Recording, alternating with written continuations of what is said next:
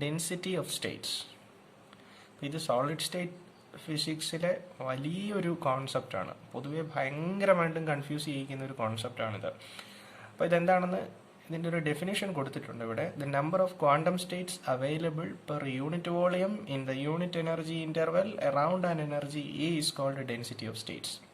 ഇപ്പോൾ ഒരു particular energy level E എടുത്താൽ യൂണിറ്റ് വോളിയത്തിൽ ആ എനർജിക്ക് ചുറ്റും ഒരു യൂണിറ്റ് എനർജി ഇൻ്റർവെൽ എടുത്താൽ അതിനകത്ത് എത്ര ക്വാണ്ടം സ്റ്റേറ്റ് അവൈലബിൾ ആണ് എന്നുള്ളതാണ് ഡെൻസിറ്റി ഓഫ് സ്റ്റേറ്റ് കൊണ്ട് ഉദ്ദേശിക്കുന്നത്. ഇപ്പോൾ നോർമലി നമ്മൾ മാസ് ഡെൻസിറ്റി എന്ന് പറഞ്ഞാൽ മാസ് പെർ യൂണിറ്റ് വോളിയമാണ്, ചാർജ് ഡെൻസിറ്റി എന്ന് പറഞ്ഞാൽ ചാർജ് പെർ യൂണിറ്റ് വോളിയമാണ്. ഇവിടെ ഉദ്ദേശിക്കുന്നത് ക്വാണ്ടം സ്റ്റേറ്റിൻ്റെ ഡെൻസിറ്റിയാണ്. അപ്പോൾ ഇത് യൂണിറ്റ് വോളിയത്തിലുള്ള നമ്പർ ഓഫ് ക്വാണ്ടം സ്റ്റേറ്റ്സ് ആണ് ഉദ്ദേശിക്കുന്നത്. യൂണിറ്റ് വോളിയത്തിലുള്ള നമ്പർ ഓഫ് ക്വാണ്ടം സ്റ്റേറ്റ്സ് ആണ് ഉദ്ദേശിക്കുന്നത്. പക്ഷെ ഒരു പ്രത്യേകത കൂടെ ഉണ്ട്. യൂണിറ്റ് വോളിയത്തിൽ യൂണിറ്റ് എനർജി ഇൻ്റർവെല്ലിൽ എത്ര ക്വാണ്ടം സ്റ്റേറ്റ്സ് അവൈലബിൾ ആണ്, അതാണ് ഡെൻസിറ്റി ഓഫ് സ്റ്റേറ്റിൻ്റെ മീനിങ്. ഇത് മനസ്സിലാവണമെങ്കിൽ ഡെഫിനറ്റ് ആയിട്ടും ഇതിൻ്റെ ഒരു മാത്തമാറ്റിക്കൽ സപ്പോർട്ട് നമുക്കുണ്ടാവണം. അപ്പോൾ അതാണ് നമ്മൾ ചെയ്യുന്നത്. ഓക്കെ, സോ ഇതിന് വേണ്ടിയിട്ട് നമ്മൾ എടുക്കുന്നത് 3 dimensional particle in 3 dimensional box ആണ് ഇതിൻ്റെ ഒരു ബേസ് എന്ന് പറയുന്നത്. അപ്പോൾ ഞാനത് ചെയ്തു തരാം. Particle in 3 dimensional box. Okay, 1 dimensional പാർട്ടിക്കിളിൻ്റെ എനർജി കാണാനുള്ള ഇക്വേഷൻ നമുക്കറിയാം. എന്താണ്? E is equal to n square pi square h bar square divided by 2m a square. A എന്ന് പറയുന്നത് ആ ബോക്സിൻ്റെ സൈസാണ് അല്ലേ. 1 ഡയമെൻഷണൽ ബോക്സ് എന്ന് പറഞ്ഞാൽ അതിന് ലെങ്ത് മാത്രമേ ഉള്ളൂ. ഓക്കെ, ഇതിനെ നമുക്ക് ഇത്തിരി കൂടി എക്സ്പാൻഡ് ചെയ്യാം. അപ്പോൾ എങ്ങനെ കിട്ടും? n square pi square. ഈ എച്ച് ബാർ എന്ന് പറയുന്നത് h/2π ആണല്ലോ. അപ്പോൾ എച്ച് ബാറിൻ്റെ സ്ക്വയർ എന്ന് പറഞ്ഞാൽ അത് h സ്ക്വയർ ഡിവൈഡഡ് ബൈ 2πയുടെ സ്ക്വയർ എന്ന് പറഞ്ഞാൽ 4π സ്ക്വയർ വരും അല്ലേ. പിന്നെ ഡിനോമിനേറ്ററിൽ എന്തുണ്ട്? 2m a സ്ക്വയർ ഉണ്ട്. So this is equal to, നമുക്ക് പൈ സ്ക്വയറും ക്യാൻസൽ ചെയ്യാം അല്ലേ. ഇനി ന്യൂമറേറ്ററിൽ n സ്ക്വയർ ഉണ്ട്, h സ്ക്വയർ ഉണ്ട്, ഡിനോമിനേറ്ററിൽ 4 × 2 8 ആവും, പിന്നെ m ഉണ്ട്, ദെൻ a സ്ക്വയർ ഉണ്ട്.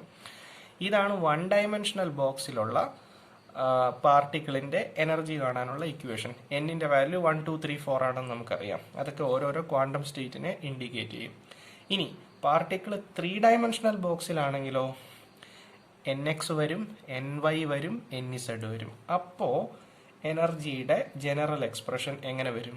3 ഡയമെൻഷണൽ ബോക്സിലാണ് പാർട്ടിക്കിൾ ഉള്ളതെങ്കിൽ എന്നിൻ്റെ സ്ഥാനത്ത് nx സ്ക്വയർ വരും, പ്ലസ് ny സ്ക്വയർ വരും, പ്ലസ് nz സ്ക്വയർ വരും അല്ലേ. അതായത് nx square into h square by 8m a square വരും, ny square into h square by 8m a square വരും, nz square into h square by 8m a square വരും. എന്നിട്ട് total energy കിട്ടാൻ ആ 3 എനർജിയുടെയും കൂടെ സം എടുക്കുമ്പോൾ h square by 8m a square outside എടുത്താൽ പിന്നെ നമുക്ക് എന്താ കിട്ടുക?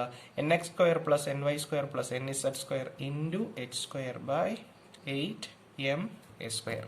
ശരിയല്ലേ? ആണ്. അപ്പം ഞാൻ ഇതിനെ ഒന്ന് റീഅറേഞ്ച് ചെയ്യാൻ പോവാണ്. ഈ h square by 8m a സ്ക്വയറിനെ ഇപ്പുറത്തെ സൈഡിലേക്ക് മൂവ് ചെയ്യുന്നു. അപ്പോൾ നമുക്ക് nx square plus ny square plus nz സ്ക്വയറിൻ്റെ വാല്യൂ കിട്ടും. എന്താണ്? 8m a square e divided by h square. ശരിയല്ലേ? ആണ്. അപ്പം ഇത് ഒരു സ്ഫിയറിൻ്റെ ഇക്വേഷൻ ഐഡൻറ്റിക്കലാണ് അല്ലേ. സ്ഫിയറിൻ്റെ ഇക്വേഷൻ എന്താ? X square plus y square plus z square is equal to r square. എക്സും വൈയും ഇസഡും പൊസിഷൻ വാല്യൂസാണ്. r ആ സ്ഫിയറിൻ്റെ റേഡിയസ് ആണ്. അപ്പോൾ ഇവിടെ nx square plus ny square plus nz square എന്നാണല്ലോ കിട്ടിയത്. നമുക്കൊരു കാര്യം ചെയ്യാം. ഈ ക്വാണ്ടിറ്റിയെ r സ്ക്വയർ എന്ന് അസ്യൂം ചെയ്യാം. r square. അപ്പോൾ ഈ ഇക്വേഷൻ എങ്ങനെ വരും? nx square plus ny square plus nz square is equal to r square. Okay, അപ്പോൾ ഇത് സ്ഫിയറിൻ്റെ ഇക്വേഷന് തുല്യമായി. nx square plus ny square plus nz square is equal to r square. അപ്പോൾ r സ്ക്വയർ ആണ് ഈ കാണുന്ന ക്വാണ്ടിറ്റി അല്ലേ. സോ r സ്ക്വയർ എന്ന് പറയുന്നത് 8m a square e by h square ആണ്. r എന്താണ്? r കിട്ടാൻ ഇതിൻ്റെ റൂട്ട് എടുക്കണം. അപ്പോൾ 8m a square e by h സ്ക്വയറിൻ്റെ റൂട്ട് എടുത്താൽ, റൂട്ട് എന്ന് പറഞ്ഞാൽ റേസ് ടു ഹാഫ് ആണല്ലോ, നമുക്ക് റേഡിയസ് കിട്ടും. പിന്നെ ഈ സ്ഫിയറും തമ്മിൽ നല്ല വ്യത്യാസമുണ്ട്. ഇതെല്ലാം പൊസിഷൻ വാല്യൂസ് ആണ്, പൊസിഷൻ കോർഡിനേറ്റ്സ് ആണ്, ലെങ്ത് ആണ്, റിയൽ സ്പേസിലുള്ള ലെങ്ത് ആണ് ഈ കാണുന്നതെല്ലാം, എക്സും വൈയും ഇസഡും അല്ലേ. അതുകൊണ്ട് തന്നെ ആർ എന്ന് പറയുന്നതും ഒരു ലെങ്തിൻ്റെ ഡയമെൻഷനിൽ വരുന്ന ഒരു കാര്യമാണ്. എന്നാൽ ഇവിടുത്തെ ഈ കോർഡിനേറ്റ്സ്, ഐ മീൻ ഈ വാല്യൂസ്, ഇതൊന്നും ആക്ച്വൽ പൊസിഷൻസ് അല്ല. ഇതൊക്കെ എന്താണ്? ഇതൊക്കെ ക്വാണ്ടം നമ്പേഴ്സ് ആണ്. അപ്പോൾ x square plus y square plus z square is equal to r square എന്ന് പറയുന്നത് ഒരു റിയൽ സ്ഫിയർ ആണെങ്കിൽ, n x square plus n y square plus n z square is equal to r square എന്ന് പറയുന്നത് ഒരു real സ്ഫിയറിന്റെ equation അല്ല. ഈ സ്ഫിയറിന്റെ ഓരോ ആക്സിസിലും എടുത്തിരിക്കുന്നത് നമ്മൾ പൊസിഷൻ വാല്യൂസ് അല്ല, ലെങ്തിന്റെ ഡയമെൻഷനിലുള്ള ഫിസിക്കൽ ക്വാണ്ടിറ്റി അല്ല എടുത്തിരിക്കുന്നത്, നേരെ മറിച്ച് ക്വാണ്ടം സ്റ്റേറ്റ് ആണ്. ഓക്കെ, സോ അങ്ങനെയാണെങ്കിൽ പോലും ഇതെന്തിന് ഇക്വലന്റ് ആണ്? സ്ഫിയറിന്റെ ഇക്വേഷന് ഇക്വലന്റ് ആണ്. സ്ഫിയറിന്റെ ഇക്വേഷൻ ഇക്വലന്റ് ആണെങ്കിൽ എനിക്കിതാ ഇതിനകത്ത് നിന്ന് ഈ സ്ഫിയറിന്റെ വോളിയം കാൽക്കുലേറ്റ് ചെയ്യാം അല്ലെ. ഈ സ്ഫിയറിന്റെ ഈ ക്വാണ്ടം സ്റ്റേറ്റുകൾ കൊണ്ടുണ്ടാക്കിയിരിക്കുന്ന ഇമാജിനറി സ്ഫിയറിന്റെ വോളിയം കാൽക്കുലേറ്റ് ചെയ്യാം. ഞാൻ വോളിയം കാൽക്കുലേറ്റ് ചെയ്യാൻ പോവാണ്. വോളിയം ഓഫ് ദിസ് സ്ഫിയർ, ഈ സ്ഫിയറിന്റെ വോളിയം കാണാനുള്ള ഇക്വേഷൻ എന്താണ്? Is equal to 4/3 pi r cube അല്ലെ. ഇനി സബ്സ്റ്റിറ്റ്യൂട്ട് ചെയ്യണം. This is equal to 4/3 into pi into r cube, റേഡിയസിന്റെ ക്യൂബ്. അപ്പോൾ നമ്മുടെ ഈ ക്വാണ്ടം സ്റ്റേറ്റുകൾ കൊണ്ടുണ്ടാക്കിയിരിക്കുന്ന സ്ഫിയറിന്റെ റേഡിയസ് ക്യൂബ് എന്ന ആ സ്ഫിയറിന്റെ റേഡിയസ് ഇവിടെ നമ്മുടെ കയ്യിലുണ്ട്. ഇതിന്റെ ക്യൂബ് എടുക്കണം. അപ്പോൾ ഈ ഫിഗറിന്റെ ക്യൂബ് എടുക്കുമ്പോൾ ഇത് ദിസ് തിങ് റൈസ് ടു 3/2 എന്ന് വരും അല്ലേ. So 8m a square e by h square raised to 3/2. അത് മനസ്സിലായല്ലോ. x raised to m raised to n എന്ന് പറഞ്ഞാൽ x raised to m into n ആണ്. അപ്പോൾ ഈ ബ്രാക്കറ്റഡ് quantity raised to 1/2 raised to 3 എന്ന് പറഞ്ഞാൽ 1/2 into 3 എന്ന് വരും. അത് 3/2 ആയി. അപ്പോൾ ക്വാണ്ടം സ്റ്റേറ്റുകൾ കൊണ്ട് നിർമ്മിച്ചിരിക്കുന്ന ഒരു സ്ഫിയറിന്റെ വോളിയമാണ് ഈ കിടക്കുന്നത്. ഓക്കെ, പക്ഷെ നമുക്കറിയാം, നമ്മൾ ഇങ്ങനൊരു സ്ഫിയർ കൺസിഡർ ചെയ്താൽ, ഇങ്ങനൊരു സ്ഫിയർ കൺസിഡർ ചെയ്തത്, ഇത് സർക്കിൾ അല്ല സ്ഫിയർ ആണ്. അപ്പം നിങ്ങളതിനെ 3 ഡയമെൻഷണൽ ആയിട്ട് കൺസിഡർ ചെയ്യുമ്പോൾ നമുക്കൊരു കാര്യം മനസ്സിലാവും. ഈ ക്വാണ്ടം സ്റ്റേറ്റുകൾ NX ആയാലും NY ആയാലും NZ ആയാലും ക്വാണ്ടം സ്റ്റേറ്റുകളെല്ലാം പോസിറ്റീവ് നമ്പേഴ്സ് ആയിരിക്കണം. ഈ ക്വാണ്ടം നമ്പേഴ്സ് എല്ലാം പോസിറ്റീവ് നമ്പേഴ്സ് ആയിരിക്കണം. അപ്പോൾ എക്സും വൈയും ഇസഡും പോസിറ്റീവ് ആകുന്നത് ഈ സ്ഫിയറിന്റെ ടോട്ടൽ വോളിയത്തിന്റെ 1/8 പോർഷനിലല്ലേ ഉള്ളൂ ആണ്. എക്സും പോസിറ്റീവ് ആവണം, വൈയും പോസിറ്റീവ് ആവണം, ഇസഡും പോസിറ്റീവ് ആവണം. അല്ലെങ്കിൽ NXും പോസിറ്റീവ് ആവണം, NYയും പോസിറ്റീവ് ആവണം, NZും പോസിറ്റീവ് ആവണം. അങ്ങനെ നമ്മൾ കൺസിഡർ ചെയ്യുമ്പോൾ നമുക്ക് മനസ്സിലാവും, ഈ സ്ഫിയറിന്റെ ടോട്ടൽ വോളിയത്തിനെ നമ്മൾ 8ആയിട്ട് ഭാഗിച്ചാൽ അതിൽ ഒരു ഭാഗത്ത് മാത്രമാണ് NXും NYയും NZും പോസിറ്റീവ് ആവുള്ളൂ. അല്ലെങ്കിൽ ഈ റിയൽ സ്ഫിയറിന്റെ കേസിൽ പറഞ്ഞാൽ എക്സും വൈയും ഇസഡും പോസിറ്റീവ് ആവുന്നത് ആർ റേഡിയസ് ഉള്ള സ്ഫിയറിന്റെ എത്ര ഭാഗത്ത് മാത്രമാണ്? 1/8 പോർഷനിൽ മാത്രമാണ്. ഒരു സർക്കിൾ എടുത്താൽ ആ സർക്കിളിന്റെ 1/4 പോർഷനിൽ മാത്രമായിരിക്കും എക്സും വൈ ഇസഡും പോസിറ്റീവ് ആവുന്നത്. സ്ഫിയറിന്റെ കേസിൽ വരുമ്പോൾ 1/8 പോർഷനിൽ മാത്രമായിരിക്കും. നമുക്ക് ഇതിനെ കുറച്ചുകൂടെ ഒന്ന് സിംപ്ലിഫൈ ചെയ്യാം. So this is equal to 4/3 pi അങ്ങനെ തന്നെ എഴുതുക. ഓക്കെ, പിന്നെ ഇവിടെ 8 raised to 3/2 ഉണ്ട് അല്ലേ, താഴെ 8 ഉണ്ട്. അപ്പോൾ 8 raised to 3/2 by 8 എന്ന് വരും. അതെന്താണ്? 8 raised to, ശ്രദ്ധിക്കണേ, 8 raised to 3/2 by 8 എന്ന് പറഞ്ഞാൽ 8 raised to 3/2 - 1 ആണ്. അത് 8 raised to 1/2 ആണ്. ശരിയല്ലേ? ആണ്. പിന്നെ m raised to 3/2 ഉണ്ട്. അതിന് നമുക്ക് വേറെ ഒന്നും ചെയ്യാൻ പറ്റില്ല. പിന്നെ a square raised to 3/2 ഉണ്ട്. a square raised to 3/2 എടുക്കുമ്പോൾ 2 × 2 പോയാൽ പിന്നെ അത് a cube ആയി. പിന്നെ e raised to 3/2 ഉണ്ട്.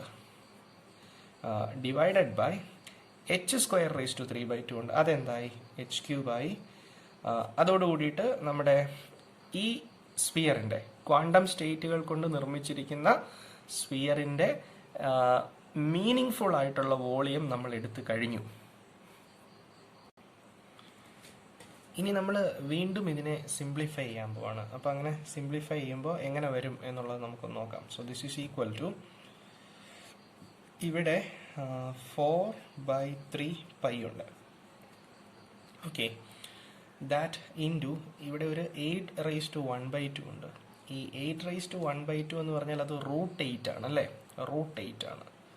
സോ √8 എന്ന് പറഞ്ഞാൽ അത് √2 × 4 ആണ്, ആണല്ലോ. This is equal to √2 into 2ൻ്റെ റൂട്ട് √2, 4ൻ്റെ root 2. So it is 2√2. Okay, അപ്പോൾ ഈ 8⁻1/2ൻ്റെ സ്ഥാനത്ത് ഞാൻ 2√2 എന്ന് എഴുതി. ഓക്കെ, പിന്നെ m⁻3/2 ഉണ്ട്. എ എന്താണ്? ക്യൂബിൻ്റെ 3 ഡയമെൻഷണൽ ആയിട്ടുള്ള ആ ക്യൂബിൻ്റെ ഷേപ്പുള്ള ബോക്സിൻ്റെ സൈഡ് ലെങ്ത് ആണ് എ. അപ്പോൾ എ ക്യൂബ് എടുത്താൽ ആ ക്യൂബിൻ്റെ വോളിയം ആയിരിക്കും. അതുകൊണ്ട് ഞാൻ അതിനെ വി എന്ന് എഴുതി. മനസ്സിലായല്ലോ? എ ക്യൂബിൻ്റെ സ്ഥാനത്ത് വി എന്ന് എഴുതി. പിന്നെ ഉള്ളത് e⁻3/2/h³. വീണ്ടും സിംപ്ലിഫിക്കേഷൻ. സോ ദിസ് ഈസ്, നമുക്ക് എങ്ങനെ എഴുതാം? ഇവിടെ 2 ഉണ്ട്, ഇവിടെ √2 ഉണ്ട് അല്ലേ. അപ്പോൾ ഈ 4/3π അങ്ങനെ തന്നെ എഴുതി. എന്നിട്ട് ഈ √2 എന്ന് പറഞ്ഞാൽ 2⁻1/2 ആണല്ലോ, ആണ്. √2 മീൻസ് 2⁻1/2. അപ്പോൾ 2⁻1 ഇൻറ്റു 2⁻1/2 എന്ന് പറയുമ്പോൾ അത് 2⁻3/2 ആവും. Okay, that into m⁻3/2 into volume of that box into e⁻3/2 divided by h³. Clear ആണല്ലോ? ഓക്കെ, ഇനി ഈ സ്ഫിയറിൻ്റെ ഇപ്പോൾ നമ്മൾ കൺസിഡർ ചെയ്തിരിക്കുന്ന NX-ഉം NY-യും NZ-ഉം ആക്സിസ് ആയിട്ടുള്ള സ്ഫിയറിൻ്റെ വോളിയം എടുത്തു എന്ന് പറഞ്ഞാൽ ആക്ച്വലി നമുക്ക് എന്തായിരിക്കും കിട്ടുന്നത്? എക്സും വൈയും ഇസഡും ആക്സിസ് ആയിട്ടുള്ള സ്ഫിയറിൻ്റെ വോളിയം എടുത്താൽ നമുക്ക് റിയൽ വോളിയം തന്നെയാണ് കിട്ടുക. പക്ഷേ NX-ഉം NY-യും NZ-ഉം ആക്സിസ് ആയിട്ടുള്ള സ്ഫിയറിൻ്റെ വോളിയം എടുത്താൽ നമ്മൾ ആലോചിക്കണം, NX എന്താണ്, NY എന്താണ്, NZ എന്താണ്. ഇതെല്ലാം ക്വാണ്ടം സ്റ്റേറ്റ്സ് ആണ്. ഓക്കെ, അപ്പോൾ നമ്മൾ ഈ വോളിയം കാൽക്കുലേറ്റ് ചെയ്താൽ നമുക്ക് കിട്ടുന്നത് ആ പർട്ടിക്കുലർ വോളിയത്തിലുള്ള total number of quantum states ആണ്. Total number of quantum states ആണ്. ഞാൻ അതിനെ N എന്ന് എഴുതി. ക്ലിയർ ആണല്ലോ? ഓക്കെ, ഇനി നമുക്ക് ഡെഫിനിഷൻ ഉണ്ട്. ഡെൻസിറ്റി ഓഫ് സ്റ്റേറ്റ്സ് എന്താണെന്നുള്ളത്. എന്താണ് density of States? The number of quantum states available per unit volume. അപ്പോൾ ഫസ്റ്റ് ഓഫ് ഓൾ നമ്മൾ എന്ത് ചെയ്യണം? വോളിയത്തിനെ 1 എന്ന് അസ്യൂം ചെയ്യണം. അതായത് ഈ വിക്ക് എത്രയെന്ന് സബ്സ്റ്റിറ്റ്യൂട്ട് ചെയ്യണം? 1 എന്ന് സബ്സ്റ്റിറ്റ്യൂട്ട് ചെയ്യണം. അപ്പോൾ അത് യൂണിറ്റ് വോളിയത്തിലെ കഥയായിരിക്കും ഇനി നമ്മൾ കേൾക്കാൻ പോകുന്നത് അല്ലേ. അപ്പോൾ ഈ വിയുടെ സ്ഥാനത്ത് 1 എന്ന് സബ്സ്റ്റിറ്റ്യൂട്ട് ചെയ്യുമ്പം ഈ വി ഇനി എവിടുന്ന് മാറ്റാം. അത് മാത്രമല്ല, number of quantum states available per unit volume in the unit energy interval around an energy e. അപ്പോൾ ഈ number of states per unit energy എടുത്താലാണ് നമുക്കതിനെ എനർജി ഡെൻസിറ്റി എന്ന് പറയാൻ പറ്റുന്നത്. സോറി, ഡെൻസിറ്റി ഓഫ് സ്റ്റേറ്റ്സ് എന്ന് പറയാൻ പറ്റുന്നത്. Okay, so density of States, density of States കിട്ടാൻ നമ്മൾ ചെയ്യേണ്ട 2 കാര്യങ്ങൾ. ഒന്ന്, വോളിയം എത്രയെന്ന് സെറ്റ് ചെയ്യണം? 1 എന്ന് സെറ്റ് ചെയ്യണം. അപ്പോൾ യൂണിറ്റ് വോളിയത്തിലുള്ള dN/dE ആണ് എടുക്കേണ്ടത്. N എന്താണ്? Total number of States. അപ്പോൾ dN/dE എടുത്താൽ എന്താണ്? Number of states per unit energy interval. Number of states per unit energy interval അല്ലേ.